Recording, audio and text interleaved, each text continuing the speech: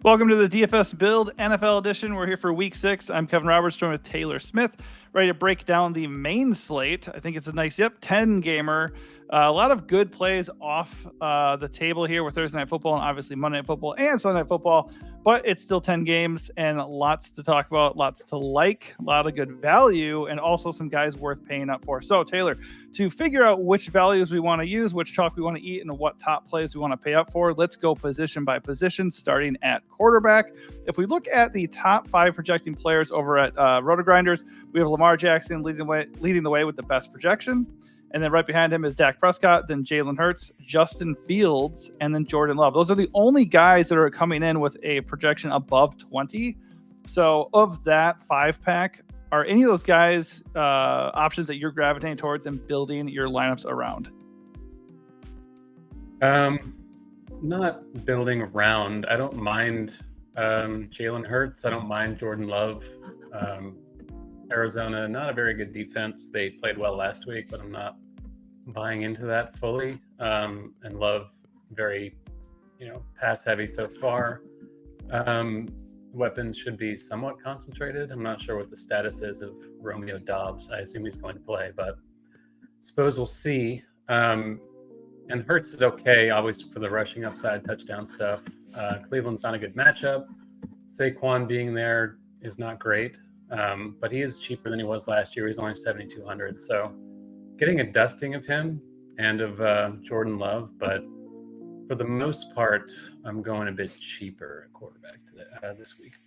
Yeah, I'm in agreement. I mean, I don't want to go to matchup centric here, but I mean, Jalen Hurts, like you said, he does have a tough matchup. He's topped 20 fantasy points one time all year. That elite ceiling just really hasn't been there. Saquon being there has kind of siphoned his production a little bit, obviously. So you can play Hurts. Technically, he's discounted at 7.2, but the matchup is baked into that, and who he's been is baked into that. So I'm personally not getting there. I will touch on Lamar Jackson real quick just because he's the top projecting quarterback. He is very expensive at almost $8K. And he's coming in as the chalkiest quarterback. I don't really want to eat that chalk because for the last 2 weeks, the supposedly amazing matchup that the Commanders present it's not translated like whatsoever. They've given up like no rushing production. Like last week, Kyler Murray? No, it was Deshaun Watson. I mistakenly really liked Deshaun Watson last week, and it was Kyler Murray the week before. But the Commanders have given up a grand total of 69 rushing yards to quarterbacks through 5 weeks. That's disgustingly low. And they've given up no touchdowns. Now they've intercepted 0 passes and given up 11 touchdowns through the air. So obviously Lamar Jackson, who's kind of feasting on the year, and I mean, by all accounts so far, putting up MVP production, he's had 24 plus fantasy points in 4 of 5 games. I think all these things rolled together, you absolutely can play Lamar Jackson. But I don't know. How do you feel about this Commanders defense? The first few weeks, they look like the defense to play quarterbacks against. Last 2 weeks, not so much. You think that's a case of just like Watson and like Kyler having a bad game, or do you think this is a matchup we should be exploiting? I'm not scared of the matchup with Lamar. I don't fully buy Washington yet. I do think they've kind of had a pretty easy-ish run of opponents lately, but Joe Burrow threw all over them too. Like they won that game, but Joe Burrow still had a big game. So not convinced that they're suddenly world beaters, but it's kind of a price thing with Lamar. I think there's cheaper quarterbacks you can get to who are going to project similarly. So especially if he's chalky, I'm happy to come in under on Lamar. All right, and as we're looking at the top projecting quarterbacks, before we exit that part of the conversation, Justin Fields is only 5.8K. He came back down to earth a little bit last week with 15 fantasy points. Week before had 31. The Raiders are a bit of a middle-of-the-pack matchup. How are you feeling about him? Obviously, he's really cheap for what he can do. Are you getting to him a lot or no? Yeah. I think he's an awesome play going into the Dome in Las Vegas. I'm not buying the Raiders either. Like I know they have decent players on defense, but Pittsburgh, I believe, is favored in this game. Fields always has the rushing upside. We saw 2 weeks ago, like he completely can shatter a slate. Haven't seen it too often, but I like Fields just for the value under 6K. I think he's too cheap.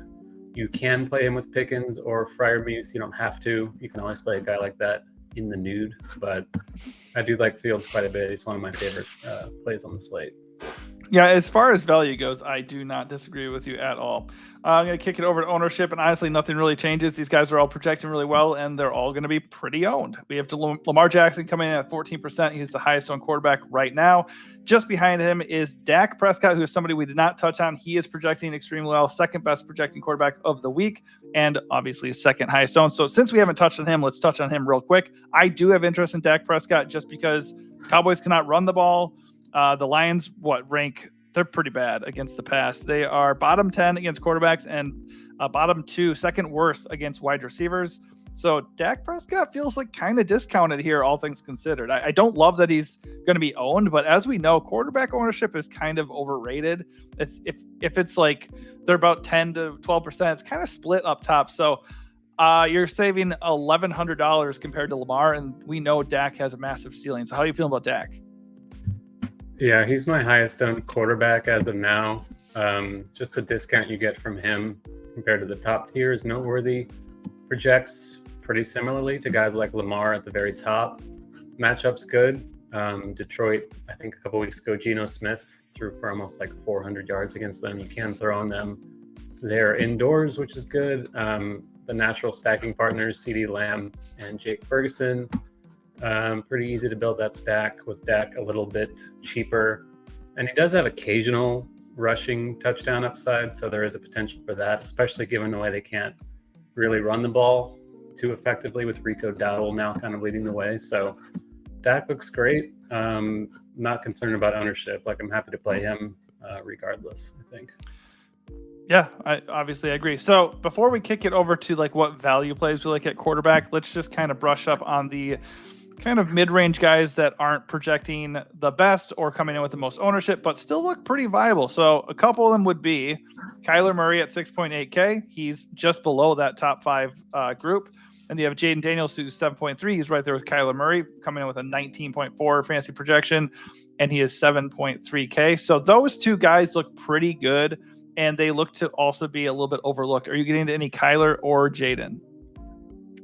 They are my 2 lowest owned quarterbacks on the slate in terms of my own exposure. So, no. Interesting.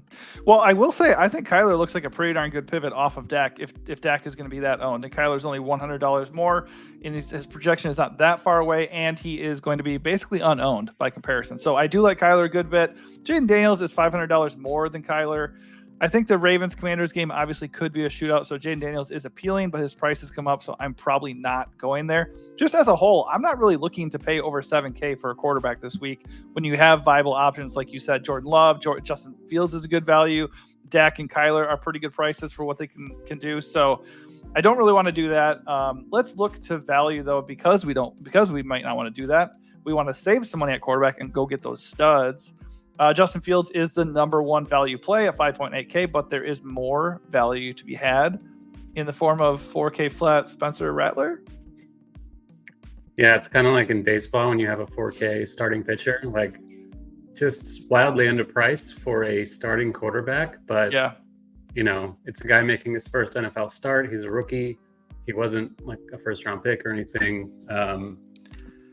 I guess the good thing is they're in a dome and the weapons are obvious. Like, you pair him with Shaheed and Olave and Kamara even. Like, you can play them all together, I think.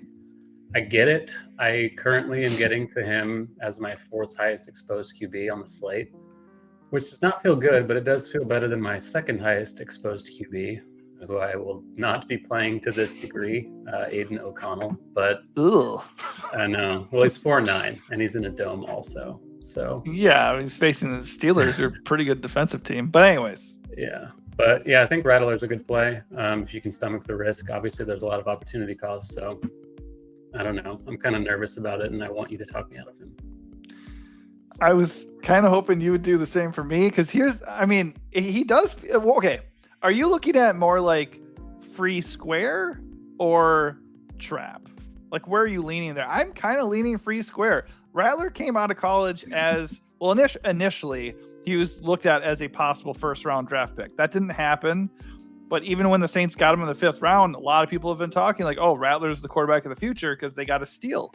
From a sheer talent and ball throwing perspective, he can play. He can play He liked ball throwing, I could tell. But he can play. So, and he has a ton of good weapons. By the way, the Buccaneers are second worst against fantasy quarterbacks, giving up production through the air, over 1,300 yards, and they also are giving up production on the ground. I don't recall Rattler being a really like super athletic player, but I know he's not, he does have some ability with his legs.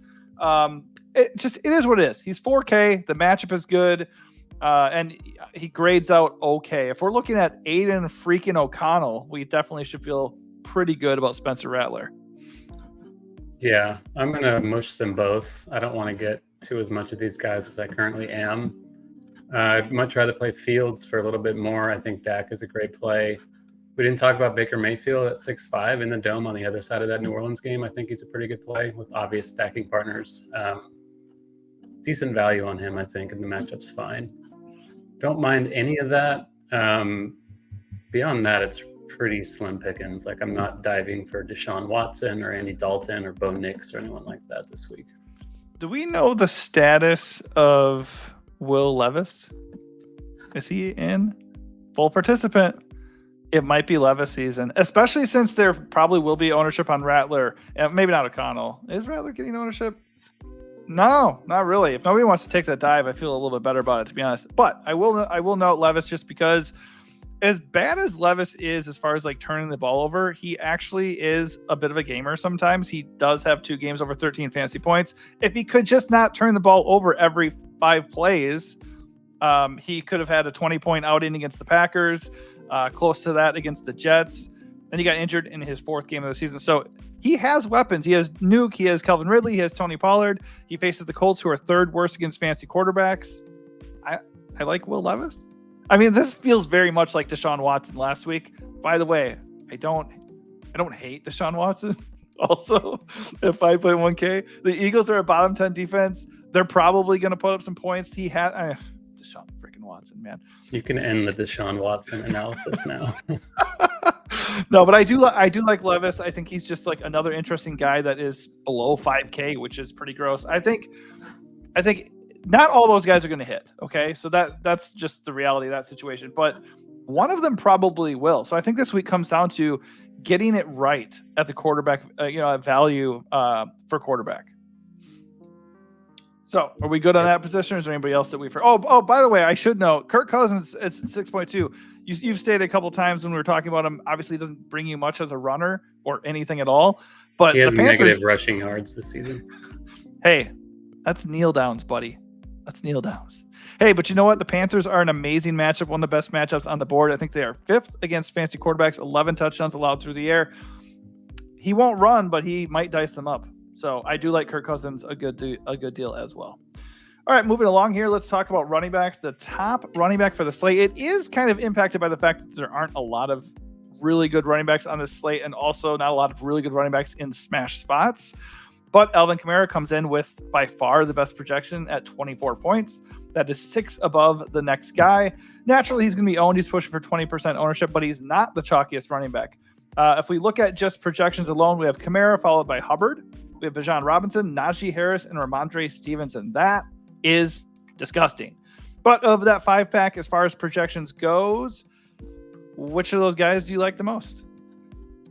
Kamara by a mile, just based on projecting the way he does. You can expect dump-offs and things like that with a rookie making his first start. PPR really hasn't been there for him this season, but we know he's capable of it. The rushing stuff should account for itself. So given his salary, given the projection, I don't care about the ownership. I like him a lot. After that, it would be Hubbard against Atlanta, just playing a ton, doing a ton for them lately since they made the switch at QB. The Najee Harris thing is nerve-wracking, nerve-inducing for me because he's bad and averages like 3.5 yards a carry, but he's getting all the work. He's facing the Raiders in the dome. He's under 6K, so I get it. But if anyone's going to be popular in that kind of mid-range, I don't mind pivoting away from Najee Harris. Yeah, I think of that 5-pack, Bijan is the guy for me. I think just his workload concerns are a little bit overrated. He's in a smash spot. The Panthers are third worst against fantasy running backs. They've given up 9 touchdowns, which is the most in the league to running back. So I think this is a Bijan game. Eventually, he has to get going. He's obviously just too talented. So if the Atlanta passing game, I think it is. I think Drake London is carrying quite a bit of ownership. I mean, Bijan's going to be owned. He's the chalkiest running back. It's just good chalk to me. I think this is chalk I'm going to eat. I'm going to play Bijan at 6.6K. What I would end up fading personally is probably chalky Najee Harris and probably chalky Alvin Kamara, just because I think there are some spends at running back. Like there's a couple pivots there that I prefer. But the Buccaneers, okay, Kamara can get there from receiving and from getting touchdowns, right? That is obviously true. But the Buccaneers are a top 10 unit as far as just sheer rushing yards allowed to running backs. So they are not a fun matchup for running backs. So if Kamara does not get a lot of receptions or score, and by the way, he's got Rattler in there, so who knows how that transpires, whether they score a ton of points, whether he's the one doing it, and so on and so forth. So I think it is a pretty good spot to maybe go a little bit underweight on Kamara. Looking over at projections, like I said, Bijan is the chalkiest back. Right below him is Tony Pollard coming at 32% owned.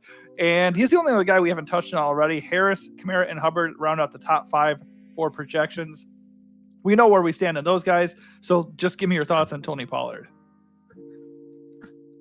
I will pretty much pass on Tony Pollard if he's going to be popular. I don't really think that's good chalk. I understand you can run on Indianapolis, but the 6 to 7K range is pretty stacked on this slate, and I don't think you have to play Pollard into ownership today or this week. Yeah, I mean, if you're gonna fade chalk, fading Tony Pollard chalk is probably not the worst thing to do. I will say though, Colts are 4th worst against running backs, and Pollard has been decent. And 6K is not a lot for a feature back, even though his offense is garbage. So I think I'm okay with him, but considering the ownership, I'm also okay with kind of getting away from him. And like you said, there's a lot of good options in that same price range. As far as value goes, Kamara is shaping up as the best value just because he projects so well for his price. And we already touched on Hubbard, Bijan, Najee, and Ramondre Stevenson. Those guys are projecting as the best values. Are there any other value backs that you are getting to? I kind of like Javonte Williams a little bit at 5.5. Had a lot of receiving work last week. Doesn't get all the rushing work with Jaleel McLaughlin there, but for 5.5, I think he's a decent enough value. Don't love that game in general. Obviously, it's one of the lower total games on the board, but he's probably the one guy there I would seriously consider. I think you can play Dobbins on the other side too, if he's going to be contrarian compared to someone like Tony Pollard. And then one more value I would consider would be Alexander Madison for 5.3 for the Raiders. Zamir White looks like he's going to be out again. Madison was going to get more work anyway. Played 57% of the snaps last week, but he's cheap enough to where I think you can consider him, even if he's not very fun to roster. Yeah, when you're looking at price and roll, it's always fun to get a guy below 6.5K. A couple other guys I'd like to touch on. James Conner is one. His price is coming up a little bit to 6.8K, but he projects okay. And the Packers, honestly, in 3 out of 5 weeks, they've gotten gashed pretty badly. Jonathan Taylor, Saquon Barkley, and last week, Kyron Williams. All 3 of those guys had a lot of success. Conner is a pretty underrated running back, to be honest. If the Arizona Cardinals can stay in this game, he's not very owned at 7%.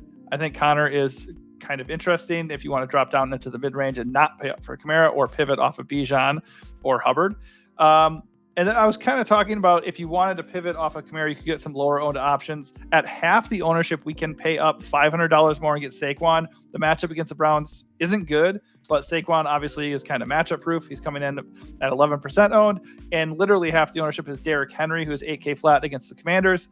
Obviously, by the numbers, the Commanders are a pass funnel defense, but another matchup proof guy would be Henry. So what is your interest level in pivoting off of Kamara and using Barkley or Henry? I think it's okay. I mean, obviously they're both capable of breaking the slate. I prefer Barkley by a hair to Henry just because Henry's receiving work is pretty minimal always, but both are fine. I'm still getting to Kamara like way more than all of them. I'll see how that looks on Sunday, but for now, they really are just like low-owned pivots that you can always consider in a tournament build.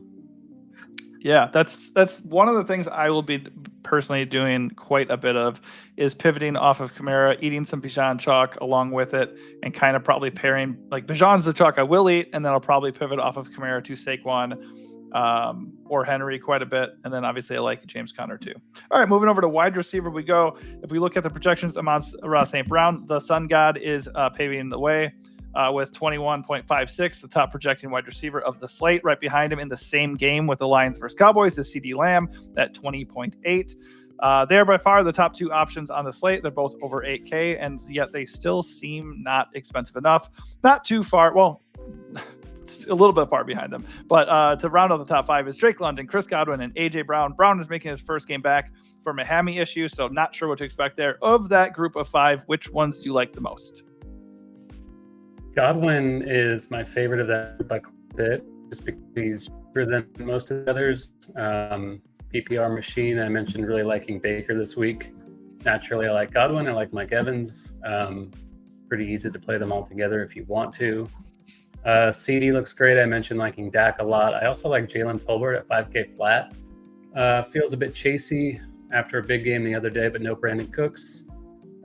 Should continue to be kind of the wide receiver 2 on this team. So Tolbert's a good value.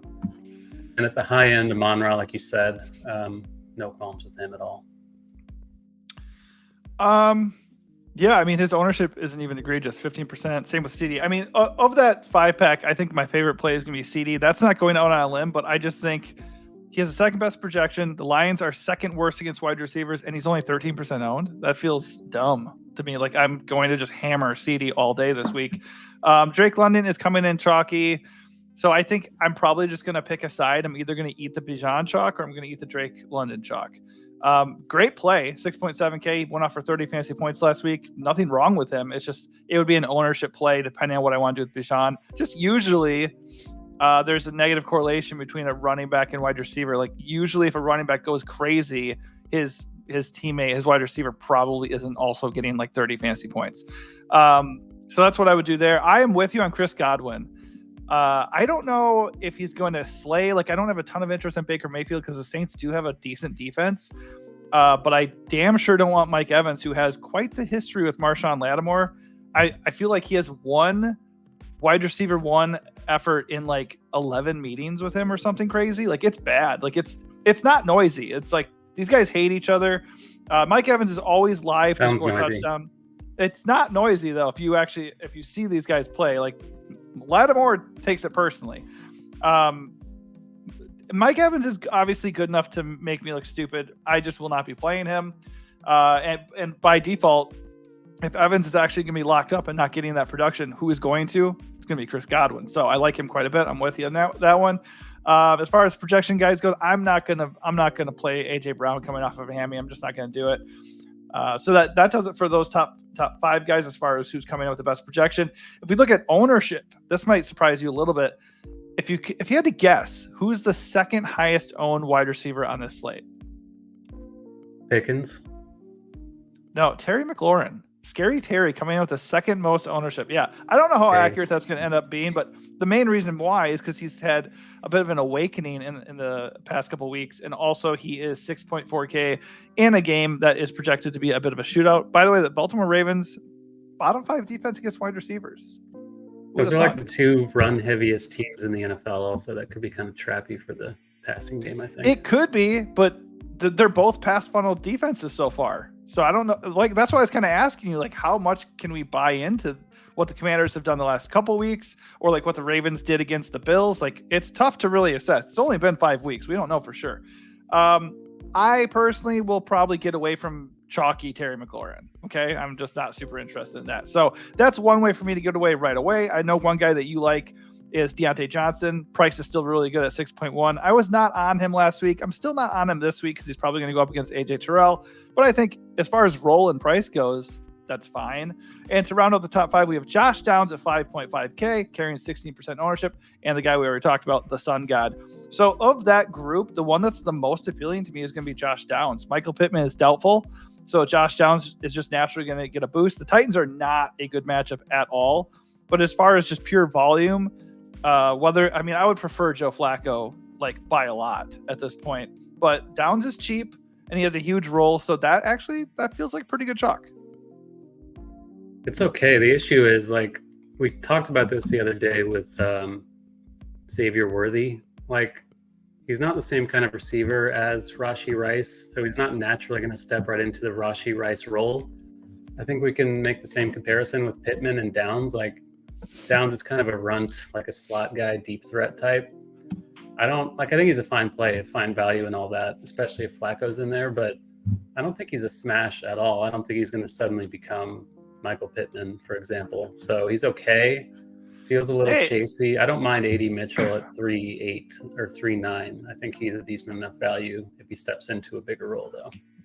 Okay, I will say Downs has 8 and 9 catches in the last 2 games off of 9 and 12 targets. What I do agree with you on, with though, Pittman in, yeah, but still with Pittman out, he's still going to get targets. So here's what I do agree with you for sure on is I want Joe Flacco to be the quarterback. If it's Anthony Richardson, I don't really trust. I just don't. It's too okay. Indy's offense is volatile to begin with, right?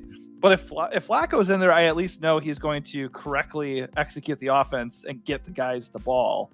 With Anthony Richardson, I don't believe that at all. So that is a caveat for sure. I do like the price and roll for Downs, but if Flacco's not in, I might be out on that chalk. All right, let's also talk about some value. Amon-Ra St. Brown is coming in as the best overall value. I don't disagree with that whatsoever. 8.1K for a guy who probably should be closer to 9. That is a value for sure. Drake London's popping as a value. Deontay Johnson, Chris Godwin, and CeeDee Lamb were all aligned on that. 2 guys that are popping as far as value plays that we have not touched on are Jacoby Myers. Devontae Adams remains unlikely to play, and he's obviously going to have a huge target share. We'll have to consider Aiden McConnell as starting now too at quarterback for the Raiders.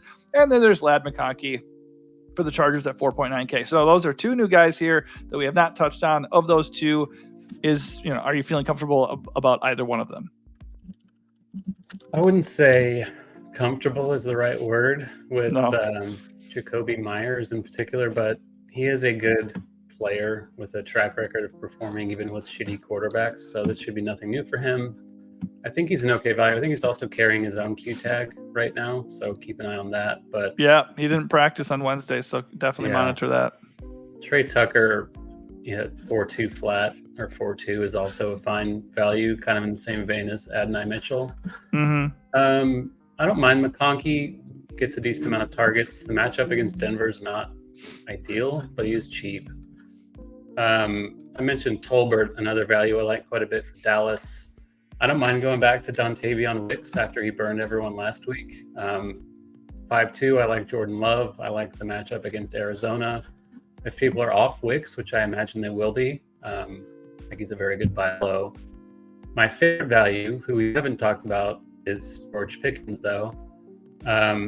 He hasn't been very involved. Certainly wasn't last week. Complained about it in the press. They're going into the Dome to face the Raiders. I mentioned I like Justin Fields a lot. Pickens is the natural stacking partner with him. It's only a matter of time until he scores a touchdown, has a big game. May well happen this week. I just think he's a pretty good value for a sub 6K salary.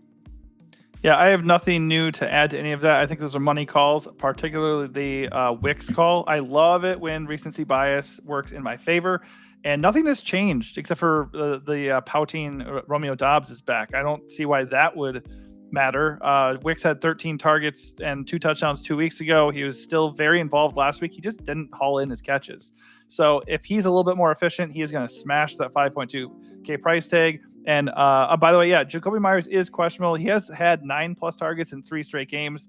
If he's in, he looks good at 5.4. If he's out, Trey Tucker is a smash at 4.2K. Before we wrap up wide receiver real quick, as far as high-end, more expensive guys, there are a couple we didn't fully touch on. Jaden Reed and AJ Brown and Stephon Diggs. How are you feeling about Diggs and the Houston wide receiver situation? And are you interested in Jaden Reed or AJ Brown? I know I said I was out on Brown, but I don't think we got what you wanted to say about him. I'm not going to really play Brown either. I'd rather play Smith if I'm playing someone with Hurts. I'm more interested in Tank Dell than I am in Stephon Diggs. I think Diggs is just overpriced for who he is at this stage of his career. No Nico, though. I know, but he's still overpriced at 7.4. I don't really see the need to go there. Don't love the game. Kind of a low total, not a great matchup for Houston against New England. He's fine. Like if you're playing Stroud, I'm not really playing Stroud. I just prefer Tank Dell as a one-off for 6.2. Hoping this is the week he gets involved now that Nico's out. So as far as value goes, I just think it's a lot easier to get to Dell than to pay up for Diggs. So yeah, I'm probably not going to play Diggs at all. Oh yeah, I mean Dell is definitely the superior value, no doubt about that. I agree with you. I think Diggs is still in play though, just because the volume is going to shoot up. But yeah, you're not wrong. Okay, so tight end is going to wrap it up for us. Let's first look at the top projecting guys. And number one is going to be Jake Ferguson, who you already said you like. That is a good stacking option with Dak. The only downside with Jake Ferguson is he is the chalk tight end play for week 6. He is 5K flat though, and he just is like rock solid. This guy's like one of the best floors among tight ends, which by the way, everybody thought tight end was going to be awesome coming into this year. It's been a friggin' wasteland, dude. So if you can just know Jake Ferguson is going to get you like 12 to 15 fantasy points, that's not so bad. I don't mind that a 5K flat. Right behind him, though, as far as projection goes, is Brock Bowers, who has been really, really good for a rookie. In 5 weeks, he has 3 very good games and 2 duds. So obviously he's going to be a little bit inconsistent as a rookie, but with no Devontae Adams there, Brock Bowers looks like a solid play at 6K flat. And then rounding out the top 5 projections are Trey McBride, Sam Laporta, and Tucker Kraft. So I know where I stand on those guys, but first I want to get your thoughts on which tight end you want to prioritize. Definitely Ferguson. I think Bowers is also fine. I mentioned playing a bit of O'Connell. So naturally Bowers is the most appealing stacking partner with him. I like McBride. I'm not really getting to Kyler, but I think McBride by himself is completely fine. The value I like on this slate is Cade Otton. We've talked about the Buccaneers a little bit. He's only 3.5, which is quite cheap compared to these other top options at the position. Projects okay enough. He got a bunch of targets 2 weeks ago. So there is some volume there for him. It's a pretty concentrated passing attack in general, with Godwin and Evans getting most of the targets. So don't mind Otton. Another value is Pat Freiermuth. I just mentioned liking Fields and Pickens. Freiermuth would be the third man in that stack. And I guess you can make a case for Schultz without Nico in there, but feels like kind of a reach to me. I don't disagree with anything you said. I'm going to double down on Cade Otton, because obviously tight end has been a wasteland. And while there are very good tight ends on this slate as far as projection and talent goes, it's still really unpredictable. They can all tank very easily. Otton at 3.5K is very interesting. He had a slight dip last week, but he's had 8+ targets in the previous 2 weeks. He gets the Saints, who have allowed the 3rd most receiving yards to tight ends. The only thing they haven't done is allowed a single touchdown. I think that actually could change here, just because Mike Evans is such a big red zone factor for them. And I mean, noisy or not, I think Marshawn Lattimore is kind of going to take care of him. So we're looking at Chris Godwin, and yeah, we're looking at Cade Otton. For everybody else, they're just really good players who haven't really produced. Trey McBride, Sam Laporta, they're going to blow up at some point. So I have a lot of interest in those guys, just as far as like, eventually they're going to hit. You know, the matchups are not amazing, but they're also not bad. So I think possible shootouts in both those games. These guys are not going to be that owned. I mean, Bowers, McBride, Laporta all have massive ceilings, and they're coming in at under 9% owned. So pick your poison. I like all 3. If I had to pick one guy, I think I would just kind of go with, hey, eventually Laporta is going to get it done, and he'd be a little bit of leverage against Amon-Ra St. Brown. Guys I wouldn't play, I guess there's one that stands out, and that'd be Dallas Goedert. Not like he's a bad play at 5.2K, but with their receiving core finally healthy with A.J. Brown back this week, I think he's just not a priority at all. Last guy I'll end on as far as value goes, because honestly, the best values we've already touched on him. Tucker Kraft, by the way, the role is really nice. His price has ticked up a bit to 4.8K. This might be the week that I back away from Tucker Kraft, and let's see what happens. But one guy I do have interest in, besides Otton being such a nice punt, would be Kyle Pitts at 4.4K. How are you feeling about him? I have him in my Dynasty League, one of them, and I benched him after his 0-point outing 2 weeks ago, and then he had his best game of the year by a mile last week. Of course. Yeah, that was a lot of fun. Yeah, he's fine. He's 4.4. He's an okay value. I don't mind it. I'm not getting to him much at all at the moment. I have a bit more Isaiah Likely in that range, but it's not like I feel a lot of conviction there. I just think the other guys we talked about, Ferguson for only 600 more, Kate Otten 900 less, Freiermuth similar price. I just think those are the guys I'm going to be flocking to. I will personally definitely play Pitts over Freiermuth. That's just a reality. Hey, let's face it though. He had the goose egg 2 weeks ago, and they responded immediately by getting him 8 targets. That turned into 7 catches for 88 yards. Eventually, the dude's going to score again. You would think. By the way, the Panthers have given up the 6th most fantasy points to tight ends. So across the board, I think it's pretty good. Pitts is also coming in at what? I don't think he's going to carry ownership. Yeah, 4% ownership. Whereas Drake London and Bijan are chalky. So if you're not going to play those two guys or don't want to play both of them, you could leverage that and play Pitts at tight end, especially with Ferguson soaking up most of the tight end exposure too. Real quick before we wrap it up, what defense are you playing this week? I think the chalky one might be the Eagles against the Browns, which is understandable, even though the Eagles are shit themselves. I kind of like the value on the Saints. I don't mind Tampa Bay, but New Orleans at 2,700 is kind of a decent value. You can say the same of Baltimore at 3K flat. It's still a rookie QB, even if he's a great one. There's potential there. It's a pretty talented defense that's a little bit cheap. Yeah, okay. The only thing I'll say, I don't disagree with any of that, but the only thing I'm going to say is play the Buccaneers if you're not playing Spencer Rattler, right? But by the way, when does a chalky defense ever work out? They're coming at 19% owned, which is crazy high for defense. Dumb. Just don't play them. Play anyone else. No, if you're not playing Rattler, who cares? They're 2.6K. No, I'm saying, I thought you were saying the Eagles are chalky. Are they not? Oh, no, not even close. That's why Eagles actually, because the Buccaneers and the Titans and the Saints and the Browns are good defenses and cheap, the Eagles are coming in with no ownership. The Eagles actually look like a great tournament play, which, by the way, the second you play the Eagles defense and don't play Deshaun, he's going to erupt. I promise you that. Anyways, I don't really care about the ownership for the Buccaneers if I'm not playing Rattler. In non-Rattler lineups, I'm just going to take the savings at 2.6 and assume Rattler's going to suck, right? So that's my strategy. As we've gone over many times, defense is such a crapshoot, very unpredictable. Defenses that are in smash spots and look like auto plays fail all the time. So it's just not really much value in wasting too much time on it. All right, that is going to do it for us. Hopefully we helped you out in some way for week 6. And if we did, please give this video a like and also subscribe to the channel. Thanks for watching and good luck.